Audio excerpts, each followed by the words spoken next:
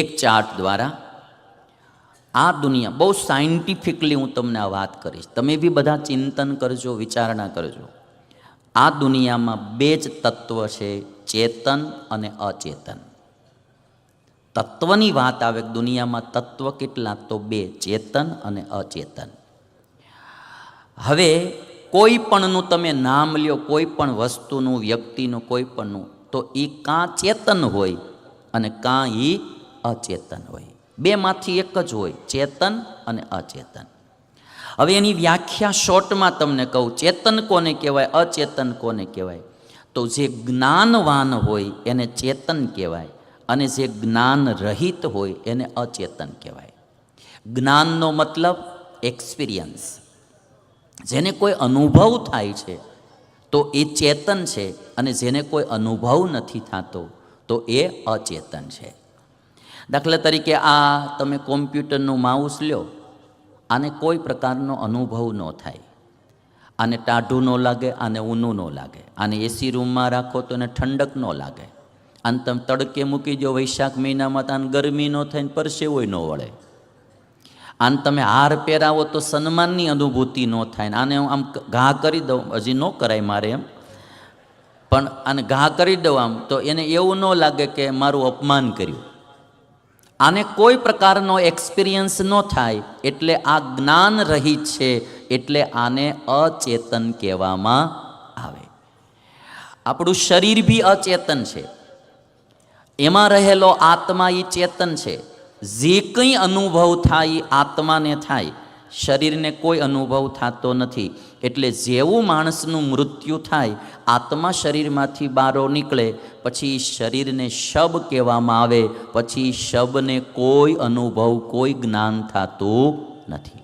પછી એને કાન હોય પણ સંભળાય નહીં, આંખ હોય પણ દેખાય નહીં. પછી એને બી ટાઢું ઊનું લાગે નહીં, માન અપમાન લાગે નહીં.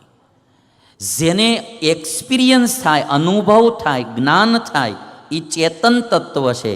અને જેને કોઈ જ્ઞાન ન થાય એ અચેતન તત્વ છે. આખું વિશ્વ આ બે તત્વથી ભરેલું છે, ચેતન અને અચેતન. કોઈ પણ વસ્તુનું તમે નામ લ્યો, આ શેમાં આવે, કાં એ ચેતન ને કાં એ અચેતન. હવે તમે જો ચેતનના બે વિભાગ કરેલા, ચેતનના બે વિભાગ. એક આત્મા, જે આપણા બધાના પશુ, પક્ષી, વૃક્ષ, 84 લાખ પ્રકારના શરીરો, એમાં રહેલો જે આત્મા, એ બધાને ચેતન કહેવામાં આવે. બધું જ જ્ઞાન એમાં જ થાય, આત્મામાં જ. તે આત્મા જાય એટલે બધું જ જ્ઞાન પૂરું થઈ જાય. અને એ આત્મા કોઈ બીજા શરીરમાં જઈને પ્રવેશ કરે તો આ જન્મનું જ્ઞાન એને એ શરીરમાં પણ રહી જાય. એવા અનુભૂતિઓના ઉદાહરણો ઘણા છે. એટલે જ્ઞાન આત્મામાં જ હોય, એટલે એને ચેતન કહેવાય. અને એ બધા જ આત્માઓમાં જે પરમ આત્મા છે એને પરમાત્મા કહેવામાં આવે. પરમાત્મા શબ્દ જે છે એમાં બે શબ્દ, પરમ પ્લસ આત્મા, એટલે એને પરમ આત્મા, એને પરમાત્મા કહેવામાં આવે. જેને આપણે ઈશ્વર કહીએ, ભગવાન કહીએ, જે આપણે કહીએ એ કોઈ અલ્લાહ કે કોઈ ગોડ કે કોઈ ભગવાન કે કોઈ ઈશ્વર કે એ પરમાત્મા છે. અને જેને કોઈ જ્ઞાન જ નથી થતું, એ બધા જ તત્વો જે છે એને આપણે માયા કહીએ. તો ટોટલ 3 તત્વો થયા, જીવ, ઈશ્વર અને માયા. આખા વેદાંત તત્વોમાં, હિન્દુસ્તાની આધ્યાત્મિક ફિલોસોફીમાં, સ્પિરિચ્યુઆલિટીમાં આ 3 તત્વની ચર્ચા થાય, જીવ, ઈશ્વર ને માયા. 3 તત્વ ટોટલ. આમ તો 2 જ તત્વ, ચેતન અચેતન. ચેતનના 2 વિભાગ કર્યા, એટલે જીવ ઈશ્વર 2 થયા, અને ત્રીજી માયા. હવે તમે જો ચેતન અને અચેતન. ચેતનમાં બધા જ આત્માઓ આવી જાય, અચેતનમાં અનંત કોટી બ્રહ્માંડો આવી જાય. હવે એ આત્માઓ જે છે એના કર્મના ફળ પ્રદાતા કોક છે. જીવાત્મા જે સુખ દુઃખ ભોગવે છે એ એના કર્માનુસાર ભોગવે, અને કર્મના ફળનો દેનારો કોક છે.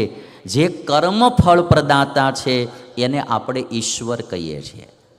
અને જે અનંત કોટી બ્રહ્માંડો છે એની સૃષ્ટિનો કરનારો કોક છે, એનું સર્જન કરનારો કોક છે, એને આપણે ઈશ્વર કહીએ છીએ. ઈશ્વરના બે જ મુખ્ય લક્ષણો કરવામાં આવે કે ચેતનના કર્મફળ પ્રદાતા અને અચેતનના રચયિતા જે છે એને ઈશ્વર કહેવામાં આવે. તમે હવે જોશો તો એકે એક જીવના કર્મફળ પ્રદાતા એ ઈશ્વર છે, અને જે બધા અનંતકોટી બ્રહ્માંડોના બનાવનારા એ ઈશ્વર.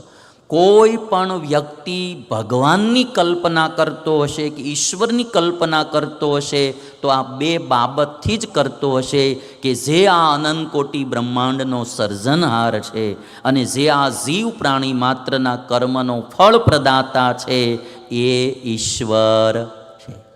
અને જો આવો ઈશ્વર હોય તો એ એક જ છે કે આ ભારત બનાવનારો જુદો, અમેરિકા બનાવનારો જુદો, આ બ્રહ્માંડ બનાવનારો જુદો, પેલું બ્રહ્માંડ બનાવનારો જુદો, અને ભારતના લોકોના કર્મના ફળ દેનારો જુદો, અને અમેરિકાના લોકોના કર્મ ફળ દેનારો જુદો, હિન્દુઓના કર્મ ફળ દેનારો જુદો, મુસલમાનોના કર્મ ફળ દેનારો જુદો.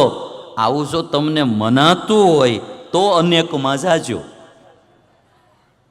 બાકી જે વૈદિક આપણી પરંપરા, જે ઉપનિષદો, જે સનાતન આપણું જ્ઞાન, એ એક વાત કરે, ઈશ્વર એક જ છે.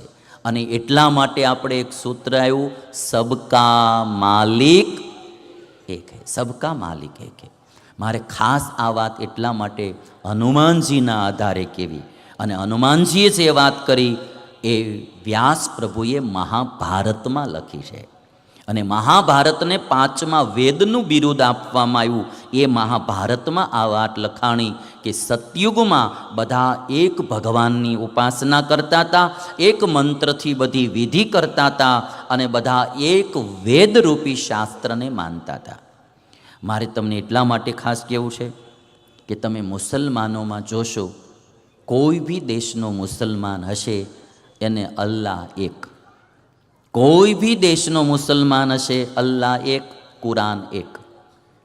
તમે કોઈ પણ ક્રિશ્ચનને જોશો, કોઈ બી દેશનો હશે, ગોડ ઈસુ ખ્રિસ્ત એક, અને એની માટેનું બાઇબલ એક. અનેક નહીં આવે. આપણા હિન્દુઓમાં શું થયું? અવતારવાદને કારણે શાસ્ત્રો અનેક થયા, ભગવાનના અવતારો અનેક થયા. એટલે હું આને માનું, તમે આને માનો, ઓલાને માને ત્યાં સુધી વાંધો નહીં, પણ એકાબીજાના પાછા ટાંટિયા કાપવાનું કામ કરીએ આપણે. અમારો ભગવાન મોટો ને તમારો નાનો, ને તારો મોટો ને અમારો નાનો, ને આ જે મારા તારીમાં જે આપણે ગયા હિન્દુઓ, સંપ્રદાયવાદને કારણે આપણા હિન્દુઓ ધીરે ધીરે વિભાજિત થતા જાય ભાઈ.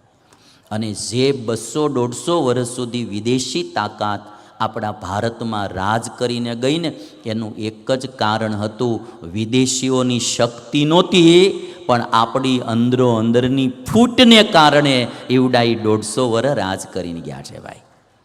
અંદરો અંદરનો કલહ, અંદરો અંદરની જે મારાતારી, એને કારણે વિદેશીઓ ભારત ઉપર 150 વર્ષ રાજ કરીને ગયા. નહીતર તમે વિચાર કરો કે ભારત દેશમાં કેટલી જનતા હતી, અને અંગ્રેજો તો આજે મુઠ્ઠીભર છે, અહીંયા આવ્યા કેટલા હશે તમે વિચાર કરો. પણ આપણો જે અંદરો અંદરનો કલહ, એટલે હું એક વ્યાસપીઠ લઈને, મેં તમને કાલે પરમ દિવસે કીધું કે મારે કોઈ કાર્ય કરવાની જરૂર જીવનમાં નથી, છતાંય રાત દાડો જે આ મહેનત કરું. તમારે તો હાથ દી અટાણ સુધી જાગવાનું, મારે તો આ રોજનું થયું ભાઈ. અને ખાસ કરીને હું દિવસે કથાની રાત્રિ કથા હું કરવા મેં પસંદ, હું 2002ની સાલથી રાત્રિ કથા સુરતમાં કરતો આવું. શા માટે? કે દિવસે બધા જ પુરુષો, યંગ જનરેશન નોકરીએ ધંધે ગયું હોય, કોઈ 7 દિવસ રજા રાખીને કથા ન સાંભળી શકે, તો જેને સાંભળવાની જરૂર છે એને કથા, અને તમે યુટ્યુબમાં સાંભળો, ટીવીમાં સાંભળો, અને મારા બાપ મંડપમાં બેહો ને, એનો પ્રભાવ જુદો હોય આખો. જે વાઇબ્રેશનો અહીંયા મંડપમાં કામ કરે એ તમને મોબાઈલમાં કે ટીવીમાં કે યુટ્યુબમાં એ વાઇબ્રેશન કામ ન કરે. અને એટલા માટે આ રાત્રિ ઉજાગરા કરી કે અમારું હિન્દુસ્તાન, અમારા હિન્દુઓ એક થાય. આદિ જગતગુરુ શંકરાચાર્યજીને લાખ લાખ ધન્યવાદ દેવા જોઈએ કે એણે આજથી વર્ષો પહેલાં, 1000 વર્ષ પહેલાં આ ભારત દેશમાં 4 ધામની સ્થાપના કરી. ઉત્તરમાં બદ્રીનાથ, દક્ષિણમાં રામેશ્વર, પૂર્વમાં જગન્નાથ અને પશ્ચિમમાં આપણું દ્વારિકા. અને આદિ જગતગુરુ શંકરાચાર્યજીની શું ભાવના હતી કે કોઈ 4 ધામની જાત્રા કરવા જાય તો આખા ભારતની જાત્રા થાય અને અમારો હિન્દુ સમાજ એક થઈને રહે. અને વૈષ્ણવ અને શૈવ બે બહુ મોટા વિભાગો આપણા હિન્દુઓમાં. એટલે તમે જોશો કે વિશ્વનો સૌથી મોટો મેળો કુંભ મેળો, અને એમાં તમે જોવા જાઓ તો પહેલાં 10 અખાડા હતા. એમાં અમુક અખાડાઓ તમે 7 અખાડા શૈવોના, 3 વૈષ્ણવોના. અને તમે કદાચ નાસિકમાં મેળો થાય ને તો એના શાહી સ્નાન બી અલગ અલગ થાય, ત્રંબકેશ્વરમાં અને નાસિકમાં થાય. બહુ વૈષ્ણવ અને શૈવમાં બહુ મોટો આ થોડો વિભાગ હતો. આદિ જગતગુરુ શંકરાચાર્યજીએ 4 ધામમાં 3માં વિષ્ણુના સ્વરૂપો તો 4થું રામેશ્વર શંકરનું સ્વરૂપ રાખી 4 ધામની જાત્રા શરૂ કરાવી. અને મારે હિન્દુઓને એટલા માટે આ વાત કહેવી, કોઈ બી સ્વાર્થી માણસો, ખાસ કરીને અમારા વક્તાઓ કે સાધુઓ કે ધર્મગુરુઓ પોતાનો સ્વાર્થ સિદ્ધ કરવા માટે હિન્દુ સમાજને તોડવાની બહુ મોટી મહેનત કરતા હોય છે. આપણે બધાએ એક થઈને રહેવું જોઈએ. આપણા 4 ધામના ભગવાનની વાત તમે જુઓ ને તો તમને ખ્યાલ આવશે કે ભગવાન સ્નાન બદ્રીનાથમાં કરે. જેવો અભિષેક બદ્રીનાથમાં થાય ને એવો અભિષેક ક્યાંય થાય નહીં. ભગવાન સ્નાન બદ્રીનાથમાં કરે, ભગવાન શૃંગાર દ્વારિકામાં કરે. દ્વારકાધીશના જે શૃંગાર થાય, શણગાર, એવા શણગાર ક્યાંય જોવા ન મળે. શણગાર ભગવાન ત્યાં કરે. અને ભોજન મારો વાલો જગન્નાથપુરીમાં કરે. ભોજન જગન્નાથપુરી જેવું ક્યાંય ન થાય. એ મોટો રૂમ આખો ભોજનોથી ભરેલો હોય, રોજની માટે માટલા ઉપર માટલા ચડાવેલા હોય અને ભોજન બનતા હોય. ક્યારેક જગન્નાથપુરી દર્શન કરજો. ભગવાન સ્નાન બદ્રીનાથમાં કરે, શણગાર દ્વારિકામાં કરે, ભોજન જગન્નાથપુરીમાં કરે અને વિશ્રામ રામેશ્વરમાં જઈને કરે. ભાઈ, આ 4 ધામની જાત્રા અને આપણા હિન્દુ સમાજ. એટલે મારે તો એક જ વાત કહેવી, જે આપણા ઈષ્ટદેવ હોય એને ફોલો કરવા, જે આપણા ગુરુ હોય એને આપણે માનવા, જે આપણો સંપ્રદાય હોય એને અનુસરવું. પણ મારું તો એટલું જ એકતામાં કહેવું છે કે કોઈ પણ હિન્દુ ધર્મ હોય એને આપણે બધાએ આદર દેતા શીખી જાઓ. કોઈ બી ભગવાનનો અવતાર હોય, આ અમારા ભગવાનનો અવતાર છે. એ પછી રામ હોય, કૃષ્ણ હોય, વામન હોય, નૃસિંહ હોય, દત્તાત્રેય હોય, કપિલ હોય, કોઈ બી ભગવાનનો અવતાર હોય, એ બધા જ એક ઈશ્વરના અવતારો છે. બધાને આદર આપો. આપણે રામ ઉપાસક હોઈએ તો બી કૃષ્ણને આદર આપો. આપણે કૃષ્ણ ઉપાસક હોઈએ તો બી રામને આદર આપો. આપણે સ્વામિનારાયણ ઉપાસક હોઈએ તો બી અન્ય અવતારોને આદર આપો.